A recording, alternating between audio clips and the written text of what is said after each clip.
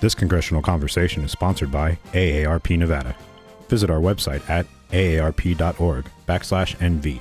Your voice, your vote, our fight. Hello, and thank you for joining us for the RJ AARP 2020 Congressional Interview Series. I'm your host, Steve Sebelius. We'd like to thank our sponsor, the AARP, and also all of the candidates for the U.S. House of Representatives who've agreed to participate in these very important discussions. Today, we'll be joined by Congresswoman Susie Lee. She is the Democratic incumbent in the 3rd Congressional District. Prior to running for Congress, she was a philanthropist. She was board chairwoman of the Communities in Schools program. Congresswoman, thank you so much for taking the time to join us today. Thank you, Steve, for having me. And I want to thank the AARP and all of their members have been strong partners with me as we've worked on legislation since I've been in office. So really happy to be here today. Excellent, excellent. Well, let's get started right off. We're doing this discussion via Zoom. Normally, you and I would be in a studio somewhere. We'd be talking face to face and talking about these issues, but we're socially distanced because of the coronavirus. The shutdown of the economy that was necessary because of the coronavirus to mitigate the spread of that has resulted in a lot of unemployment. And as you know, here in Southern Nevada, we've had Depression era levels of unemployment, and that has hit people over 50 particularly hard. What ideas do you have to help those older residents over 50 recover from this calamity? Yeah, first of all, Nevada has been ground zero for the economic devastation from this pandemic. And so many people have been forced to give up their livelihoods so they can save people's lives. We have record unemployment and people are really struggling. And it sort of coincides with at a time when we're seeing more and more seniors involved in the workforce. And we know that because of this pandemic, many jobs just aren't going to come back at the same levels that we've seen. And a proud piece of legislation, I was original co-sponsor on the Aging with Dignity Act, which we'll talk about in some detail later. But one provision of that was to provide for workforce development funding and resources for seniors. We know so many people are working longer and longer in their life and view it as a way to actually stay young. But they see a change in their jobs. I mean, for instance, my father went through this situation when he was 56 years old. He was an engineer. He was laid off at a steel company in Ohio and was faced with competing with younger people who had different training. I mean, he was still using a slide rule and computers had just come out, and so, but that's what a lot of our, older workers are dealing with right now. I just had a man on one of my roundtables just last week. He was an IT person and, he's been in IT for 20 years. And as we start to rehire people, he's going to be up and, competing against younger people who have newer skills or, have different training. So providing that's a great for that example, additional... Your dad, that person you met at that roundtable, those are great examples because I will bet that your dad had more experience and was a better worker than a lot of these younger people, even though they have different training and there's always new technology to master. The older workers do have more experience, but employers tend to look at them as more expensive, right? Like this person is going to demand a higher wage because they have that experience. This person is going to be more expensive when it comes to insurance. It's illegal to discriminate in hiring against older people, but there's still that prejudice, isn't there? That prejudice that hiring a younger worker, you could hire two for the price of one older worker. It's tough for older people to compete. And it's tough because, of the training. People feel like I can train this one worker and possibly have them on my payroll for 20 years, 30 years. If I hire someone a little older, I'm going to see turnover in that. And so that's why the program that I supported in the Older Americans Act, or it's called Aging with Dignity, is so important to make sure that we're providing the workforce training for seniors so they can go get jobs that pay at comparable levels. I mean, a lot of times you're finding people who are getting laid off in their mid 50s, early 60s, are then going to find jobs that just simply don't pay what they're used to. That's certainly what my father experienced. And, not to mention financially, but emotionally, it was truly devastating. Yeah, absolutely. That is a tough thing for older folks. Well, listen, we're going to take our first break, but when we come back, we're going to be talking about more about the coronavirus and also about the Affordable Care Act. So stay with us as our RJAARP 2020 Congressional Interview Series continues with Congresswoman Susie Lee. Today is full of opportunity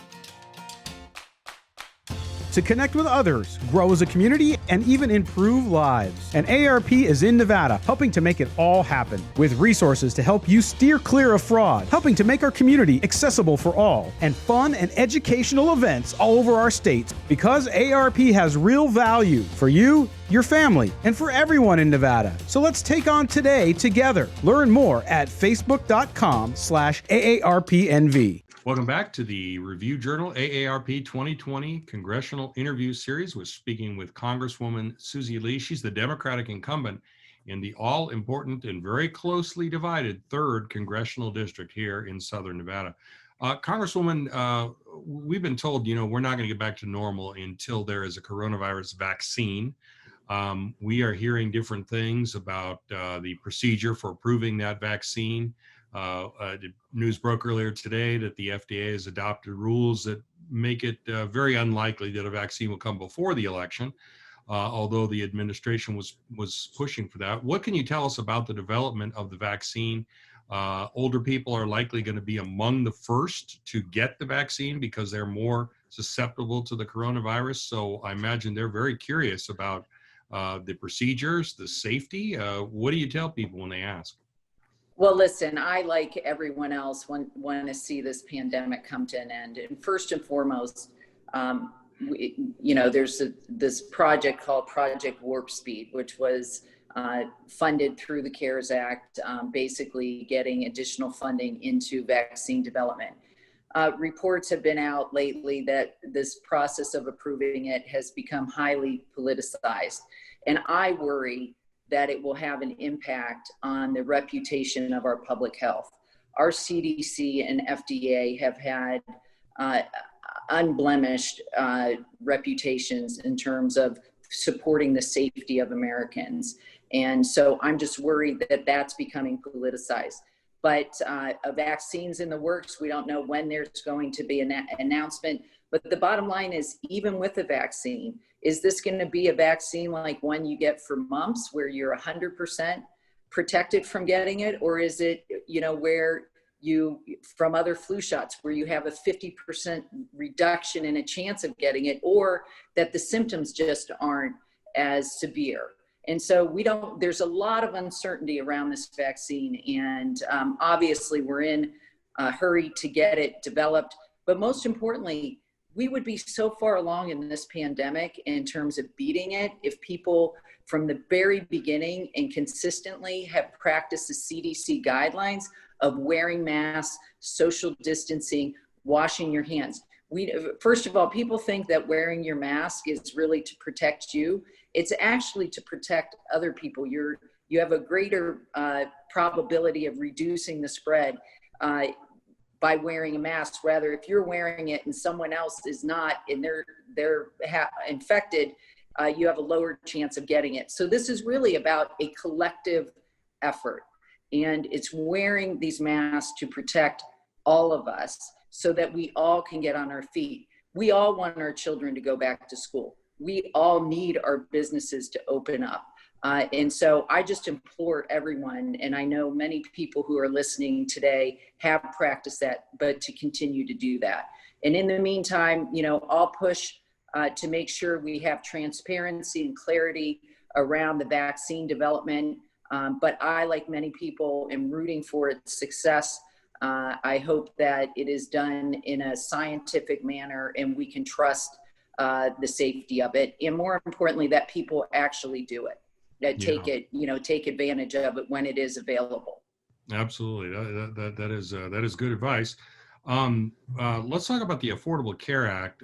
This has been controversial since it passed. It passed without a single Republican vote. Republicans have tried literally scores of times to repeal that act. I imagine as a Democrat, your position is that we need to keep the Affordable Care Act. You're against the repeal of that. Am I right? Listen, I am for 20 million Americans who did not have access to health care, affordable health care, now having that access. I'm for the million Nevadans who have a pre-existing condition to not be priced out of affordability. I told you earlier the story of my father being laid off, and he fell in that same trap. Basically, he and my mother both had pre-existing conditions. The cost of healthcare was far too expensive for them to afford it.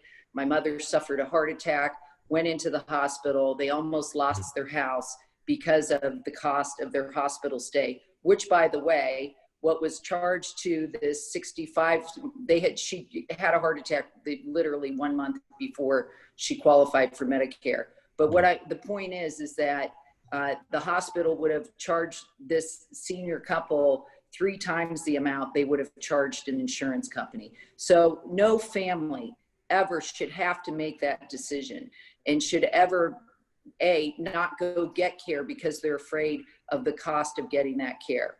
I believe that we need to protect the Affordable Care Act. It's not perfect. There are things that can be done to improve it, but ultimately what I have spent literally 2 years is defending it from attacks. From the very beginning, one of the first pieces of legislation I voted on was allowing the U.S. Congress to fight the administration's lawsuit in state lawsuits against the Affordable Care Act, which we're now going to hear in the Supreme Court right after the election.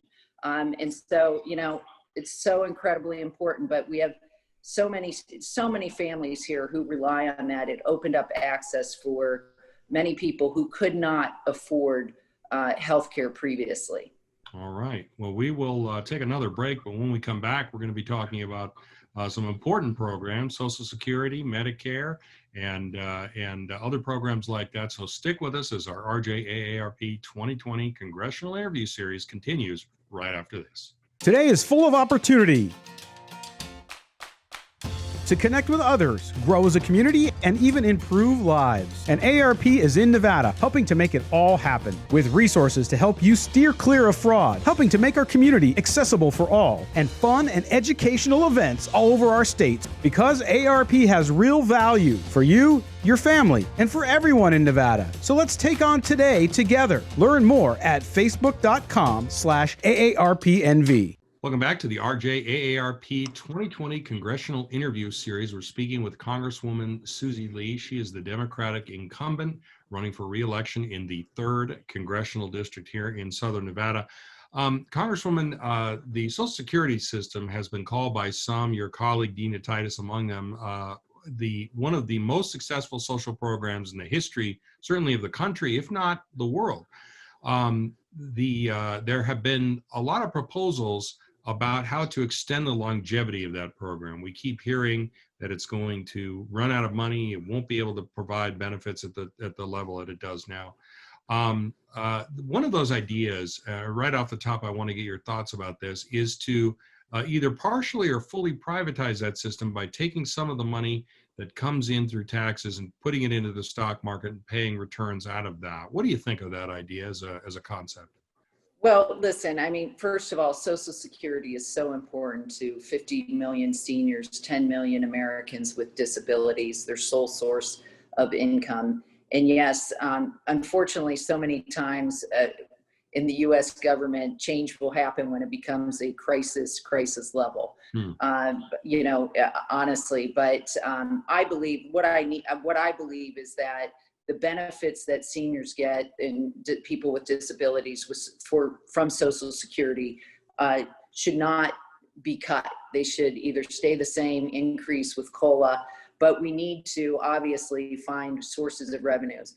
I am not a fan of gambling with people's income and really their security with the stock market. And so I am not a fan of privatizing Social Security by basically going to the stock market to support it. I think that there's options. one thing we never really talk about is raising the minimum wage and the impact that that will have on Social Security.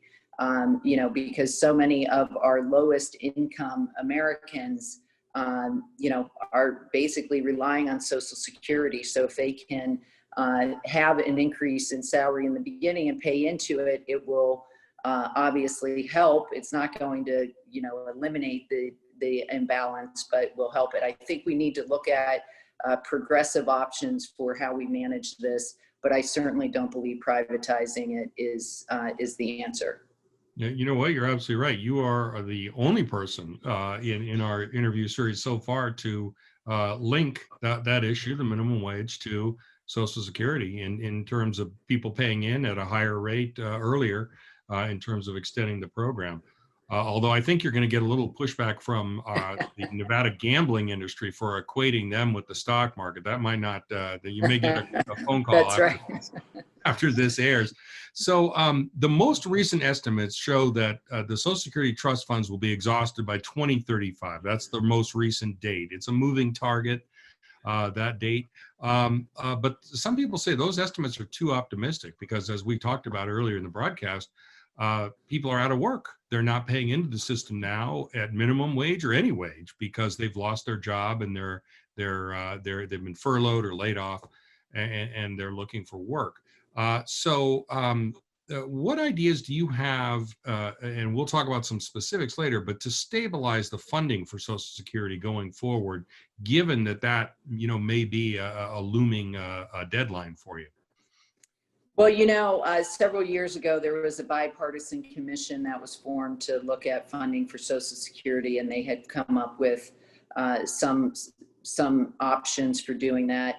Like I said, I think that we need to look at progressive options. So basically, your most wealthy Americans who may have other forms of retirement security, retirement income, maybe they're not drawing as much down on Social Security. So I think there's options that we need to look at and make sure that it is supporting our most vulnerable seniors, that it's supporting those seniors who worked and put their money into the program, knowing that it would be a source of income in their senior years.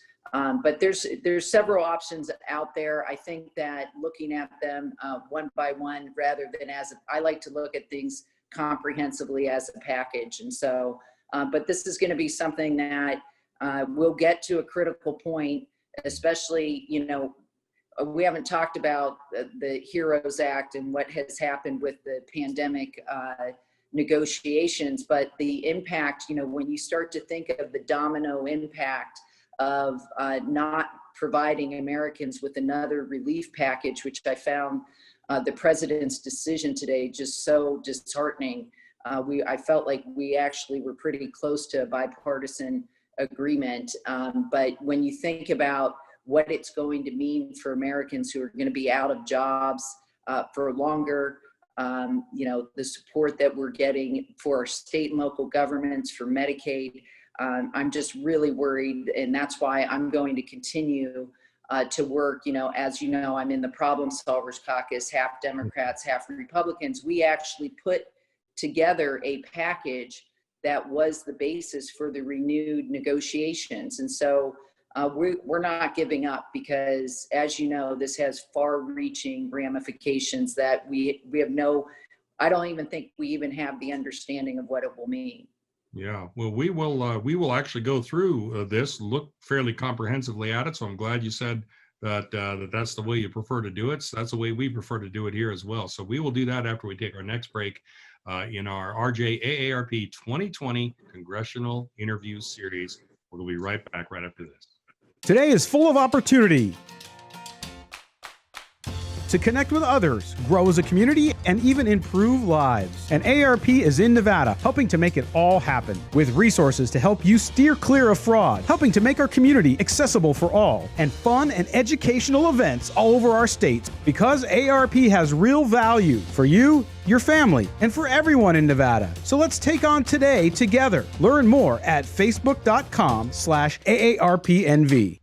Welcome back to the RJAARP 2020 Candidate Interview Series. We are talking about Social Security with Congresswoman Susie Lee, who's the Democratic incumbent in the 3rd Congressional District. Congresswoman, I think everybody agrees with something you said earlier, which is that Social Security is an extremely important program. 93% of Republicans in an AARP poll, 99% of Democrats, 92% of independents see it as a very important program. But in that same poll, 57% of people said they were worried about the future of the program. They said either that they don't trust the government to keep its promises, that they think the money is running out, that they think politicians have taken money from the trust fund in the past, which is true, and they're just not confident in the future of the program. When you hear that on the campaign trail, when seniors come up to you and say that, what do you tell them? Well, I tell them first and foremost that I agree, but most importantly, they're worried about their benefits. Yeah. And are they going to see their benefits cut? And, I think that, like I said before, there are some comprehensive proposals out there.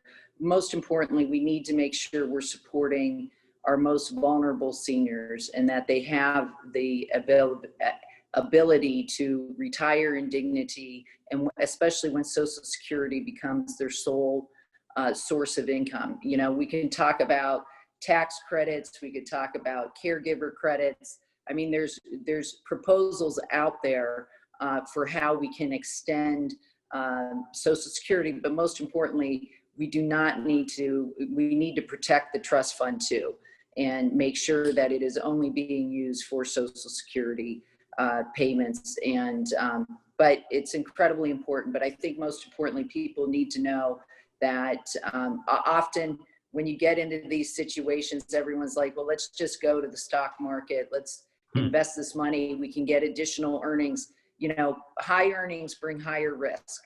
And I don't think people are willing to risk their retirement on the stock market with their Social Security benefits. So I think there's options we need to look at in terms of tax benefits, in terms of even how we extend benefits, to your wealthiest Americans versus some of our poorer Americans, and do it in a fair manner so that people get the benefits they need to survive. And you have already said, so one of my questions was about reducing benefits, but you already said earlier in our broadcast, that's not something that you're interested in. You either want to keep them at the same level or increase them with the COLA, I think I heard you say. Yes, I don't want to cut benefits at all. I think that now more and more seniors are living longer. They're hopefully, and we can talk about this later, but wanting to live at home as long as possible. And so I think that there's some things we can do, and it's not just with Social Security, with Medicare, with other support services to be able to allow them to do that. Yeah, and one of the things you also mentioned was a more progressive system. Some people have said, listen, we need to raise the threshold of income that we tax for Social Security. Right now, it is capped around 120,000. Some people say we need to raise that 150, 200, 300, 400,000, and tax that, whether at the same rate or maybe at a progressive rate. What do you think of that idea? Listen, like I said, there's many options being thrown around. It's cutting benefits, it's increasing the cap, it's charging more for people who earn more, et cetera. So I think that we need to look at all of those comprehensively, and I'm willing and happy to get involved with the bipartisan group who will take on this incredibly important issue that's important to so many Americans. How about you, though? You specifically, would that be something that you would consider voting for? For increasing the, listen, I would look at it as part of a comprehensive plan. I'm not going to commit with that until I see what all the options are on the table. And listen, this is a huge program. It's something that seniors have relied on for 180 years. When was it developed? 80 years. Anyway, it is, it's an important program, and one that, my mother relies on it. And so I just want to look at it as long with all the options on the table. All right. But I'm not ruling it out, but I'm not saying that's the one and only answer. Gotcha. All right. Well, we will have a few more answers, a few more ideas coming up after we take our next break with Congresswoman Susie Lee. And this is the RJAARP 2020 Congressional Interviews Series. Stay with us. Today is full of opportunity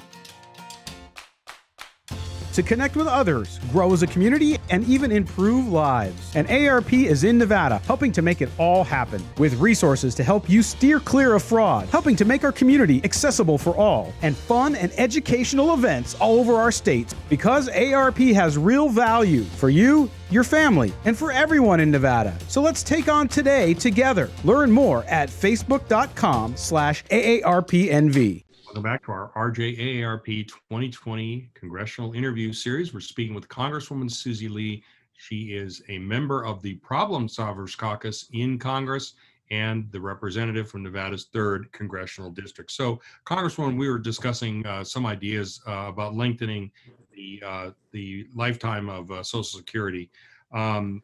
There's some people who say that we need to raise the age at which you can retire and get full benefits. And so that age has gone up gradually over time. If you wait longer, you get a larger benefit to retire. Other people say, no, that's not a good idea. It disproportionately impacts minority residents who may not have the same lifespan. Well, what's your thoughts on that? Listen, as I said, I have a commitment to making sure that we preserve the benefits for beneficiaries of Social Security. And, raising the age will obviously be a cut in benefits. So I think that, as I said, there's other options in terms of tax credits, in terms of qualifications, et cetera. I think that those are things we need to look at on a comprehensive basis, but I'm not a fan of increasing the age in which you would qualify. Okay. This next one's my favorite, and I think it's my favorite because I figure if I say it enough, maybe it'll happen. If I went down to the Green Valley Ranch tonight and I won the megabucks jackpot, knock on wood, and I became wealthy enough to where I didn't need my Social Security. Now, it isn't an entitlement. I've paid in all my life. And I have earned that money for sure.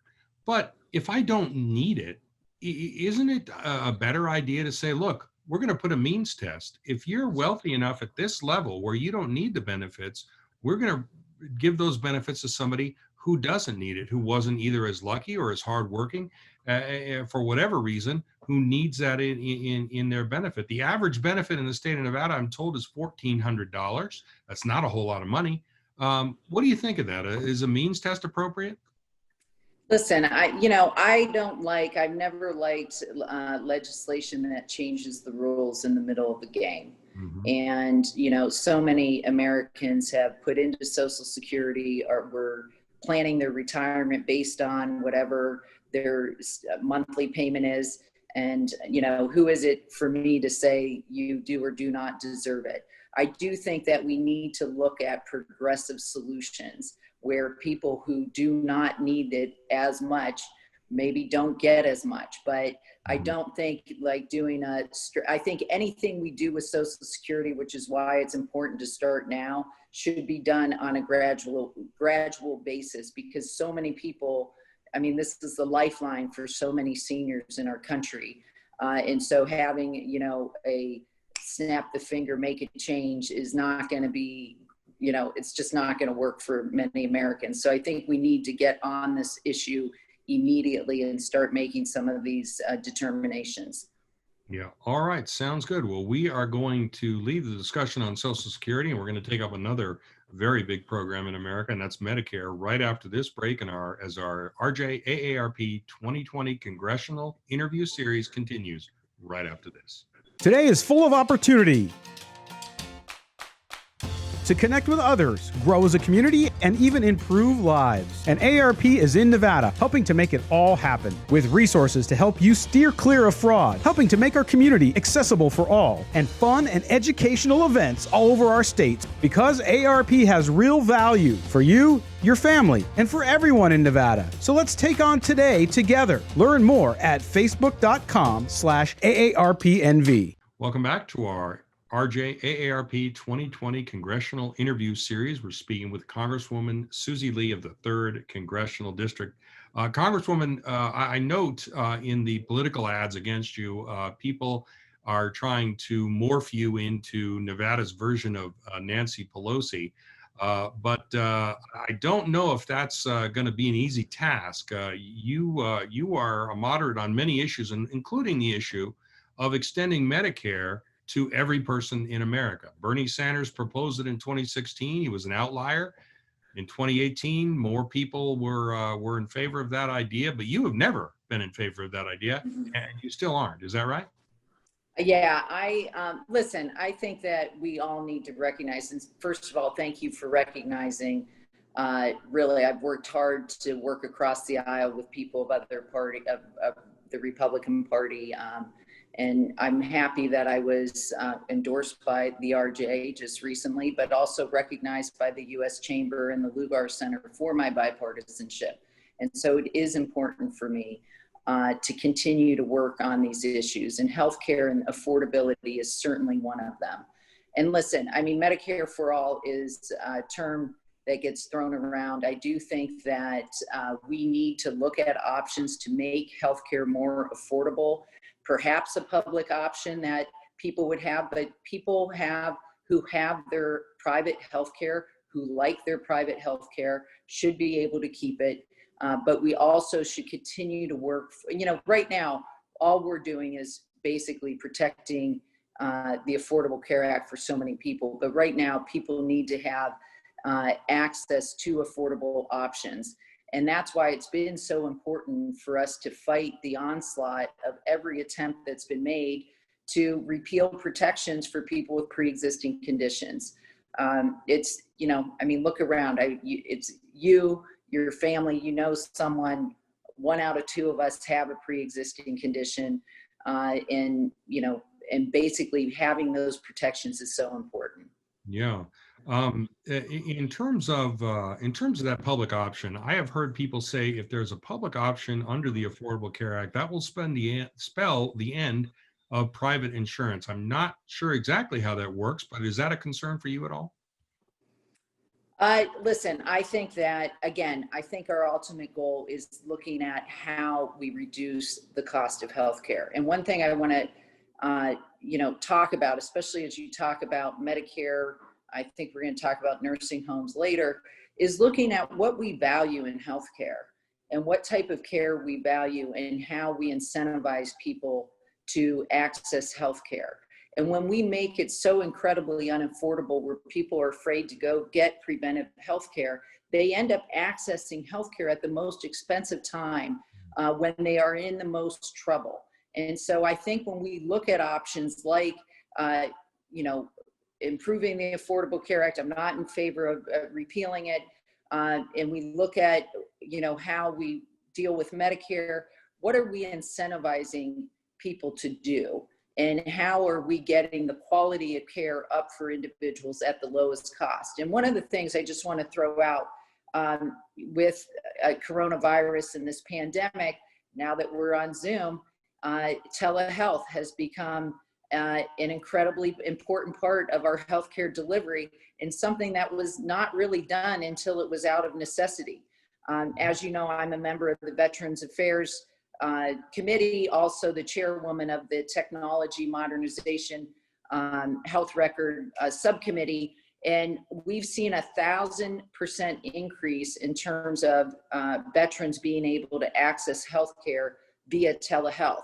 So I think we need to look at the whole, I'm just going to say the whole area of healthcare, and how are we getting people to access healthcare at the lowest cost, but not jeopardizing their outcomes and their health, and encouraging them to access preventive healthcare.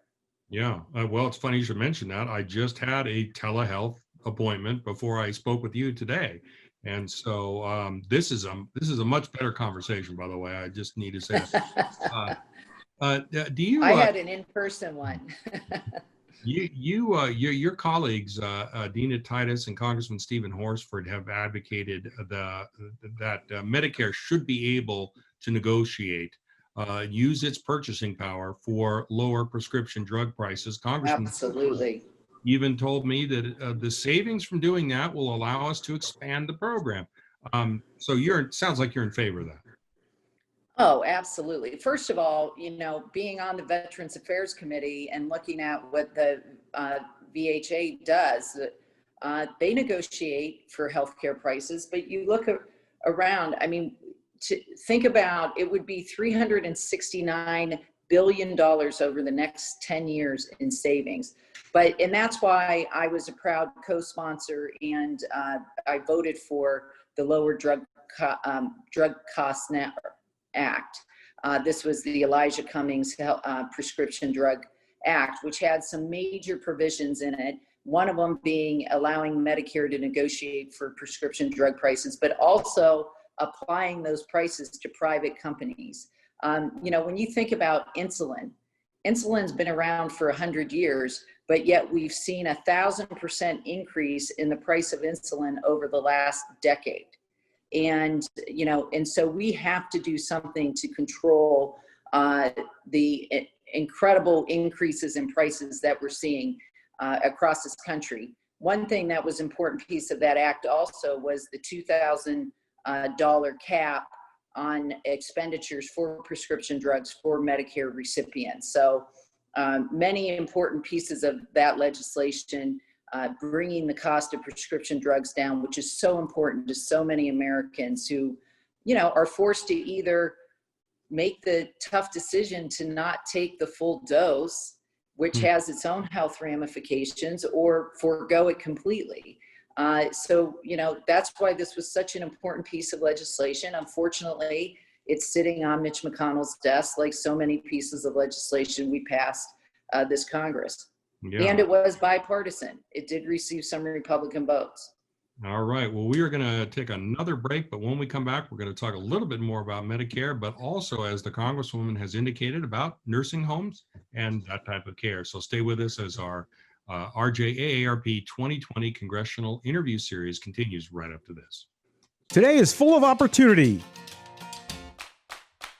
to connect with others, grow as a community, and even improve lives. And AARP is in Nevada, helping to make it all happen, with resources to help you steer clear of fraud, helping to make our community accessible for all, and fun and educational events all over our state, because AARP has real value for you, your family, and for everyone in Nevada. So let's take on today together. Learn more at facebook.com/AARPNV. Welcome back to our RJAARP 2020 Congressional Interview Series. We're speaking with Congresswoman Susie Lee of the 3rd Congressional District. We're talking about the Medicare program.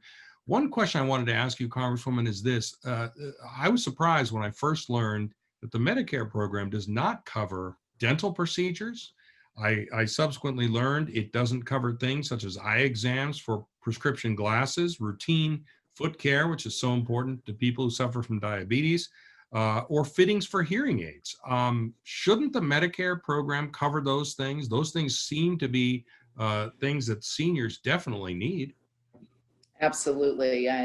Listen, one of the things that we are focused on, at least I am, is making sure that seniors can remain in their home as long as feasible for them. And, having these support services that are so important that really do lead to quality of life issues and could lead to debilitating circumstances for so many. So again, I think it's part of, too often we get caught in making one decision, but not understanding the holistic aspect, especially when it comes to healthcare.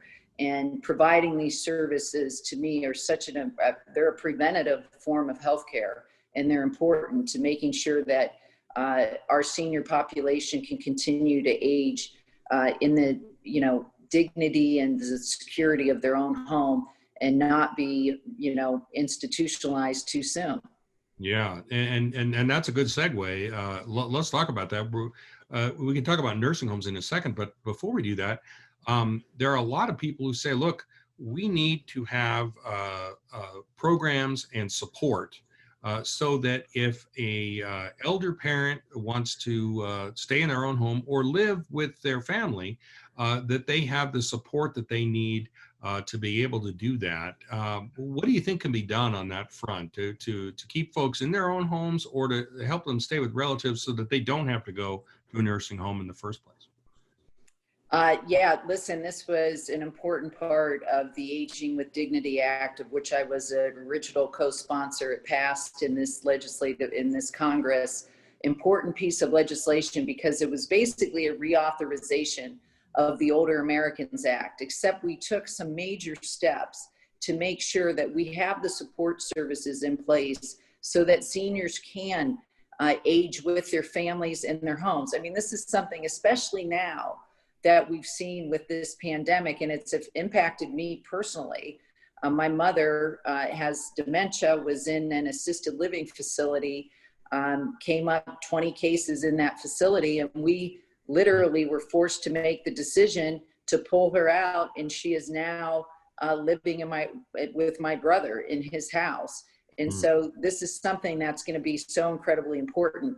And, you know, you asked me to talk about some pieces of legislation. This is a really important issue to me.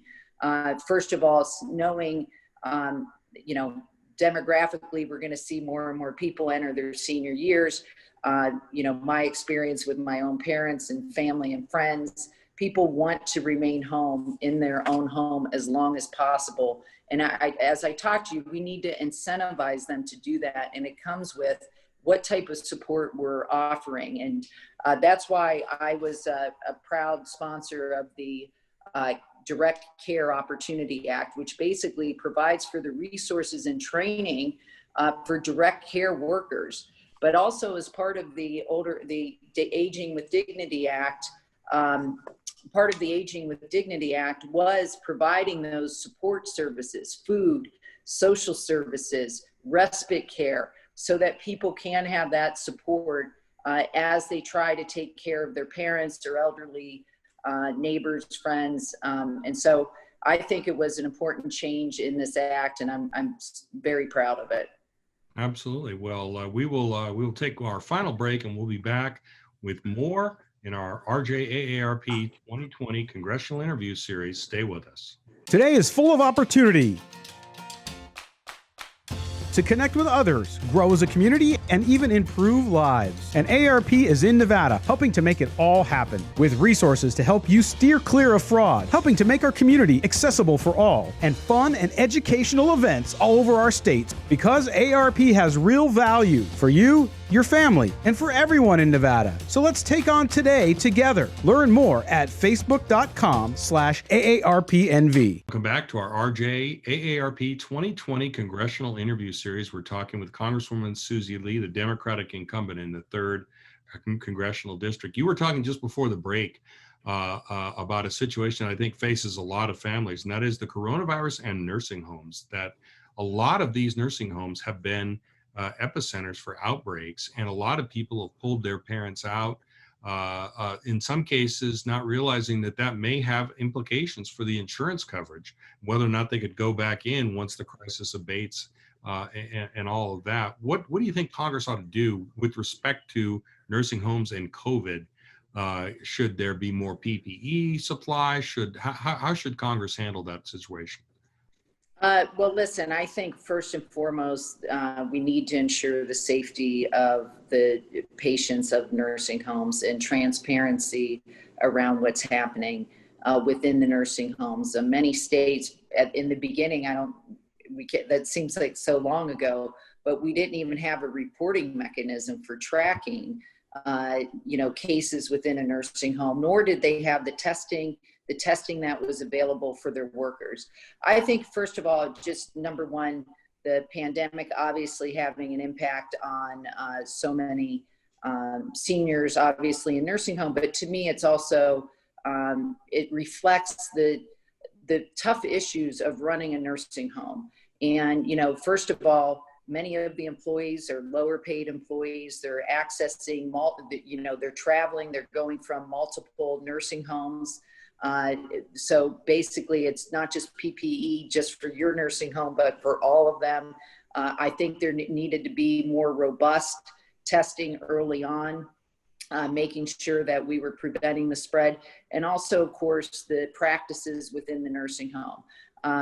There are several bills that have been introduced to address these issues, but ultimately that's why this HEROES Act and the CARES Act that we passed was so important, getting critical PPE into our healthcare providers and providing the resources so that our nursing homes could adequately test and could adequately protect and report what was happening within their homes. And so, but I do think that we're going to see potentially a shift in how people care for our senior population.